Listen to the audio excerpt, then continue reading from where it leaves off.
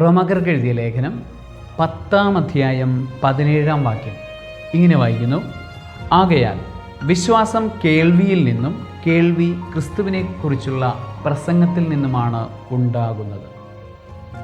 ആകയാൽ വിശ്വാസം കേൾവിയിൽ നിന്നും, കേൾവി ക്രിസ്തുവിനെക്കുറിച്ചുള്ള പ്രസംഗത്തിൽ നിന്നുമാണ് ഉണ്ടാകുന്നത്. വിശ്വാസം ഉണ്ടാകണമെന്നുണ്ടെങ്കിൽ കേൾക്കണം. എന്താണ് കേൾക്കേണ്ടത്? ക്രിസ്തുവിനെക്കുറിച്ചുള്ള വചനപ്രസംഗം കേൾക്കണം. നമ്മളുടെ കാലഘട്ടത്തിൽ ആളുകൾക്ക് വിശ്വാസം കുറഞ്ഞു പോകുന്നത് എന്തുകൊണ്ടാണ്?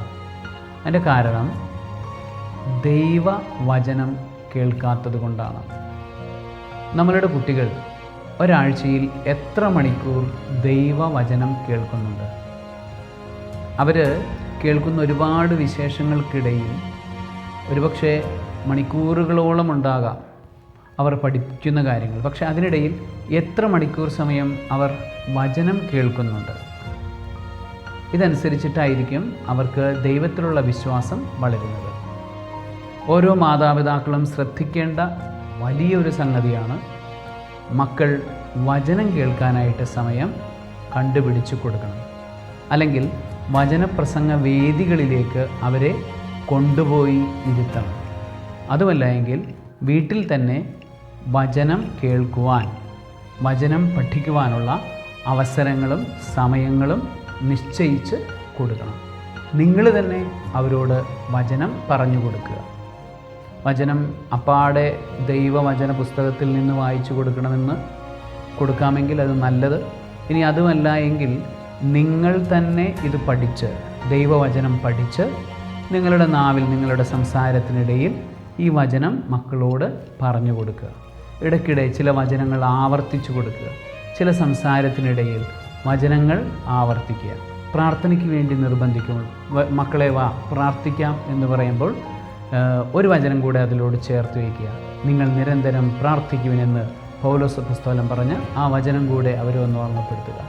ഇനി ഭക്ഷണം കഴിക്കുന്ന സമയങ്ങളിൽ ഭക്ഷണം കഴിക്കുന്നതിനെക്കുറിച്ച് വചനത്തിൽ പറഞ്ഞിരിക്കുന്ന കാര്യങ്ങൾ ഓർമ്മപ്പെടുത്തുക. അതുപോലെ തന്നെ ഒത്തിരി നേരം ഇങ്ങനെ സംസാരിച്ചു കൊണ്ടിരിക്കുന്ന പ്രകൃതം കുട്ടികൾക്ക് ഉണ്ടാകുമ്പോൾ ആ സംസാരത്തെക്കുറിച്ചുള്ള വചനങ്ങൾ, ആത്മനിയന്ത്രണത്തെക്കുറിച്ചുള്ള വചനങ്ങൾ അവർക്ക് പറഞ്ഞു കൊടുക്കുക. ഇങ്ങനെ നമുക്ക് കുട്ടികളെ ഓരോ കാര്യത്തിലും വചനം പഠിപ്പിക്കാനായിട്ട് സാധിക്കും, വചനം കേൾപ്പിക്കാനായിട്ട് സാധിക്കും. അങ്ങനെ വചനം കേട്ട് വളരുന്ന കുട്ടിയിൽ വിശ്വാസം തീർച്ചയായിട്ടും ഉണ്ടാകും. അനുസരണയില്ലാത്ത മക്കൾക്ക് അനുസരണയെക്കുറിച്ചുള്ള വചനങ്ങൾ പഠിപ്പിക്കുക.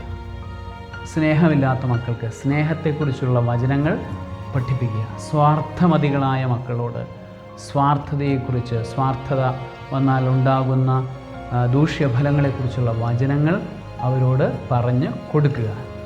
വചനം കേൾക്കണം. അവർ കേൾക്കാനായിട്ട് സാധിക്കുമെങ്കിൽ വളരെ നല്ലതാണ്. ഇനി നിങ്ങൾക്ക് പറഞ്ഞു കൊടുക്കാൻ സാധിക്കുന്നില്ല, നിങ്ങൾക്ക് പഠിച്ച് പറഞ്ഞു കൊടുക്കാൻ സാധിക്കുന്നില്ല എങ്കിൽ നിങ്ങൾ അവരെ പഠിച്ച് ദൈവവചനം പഠിച്ചിട്ടുള്ള ആളുകളുടെ അടുത്തേക്ക് കൊണ്ടുപോവുക.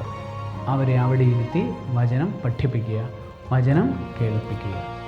സർവശക്തനായ ദൈവം, പിതാവും പുത്രനും പരിശുദ്ധാത്മാവും മക്കളെ വചനം പഠിപ്പിക്കുന്ന കൃപയിൽ നിങ്ങളെ വളർത്തുമാറാകട്ടെ. ആമേൻ.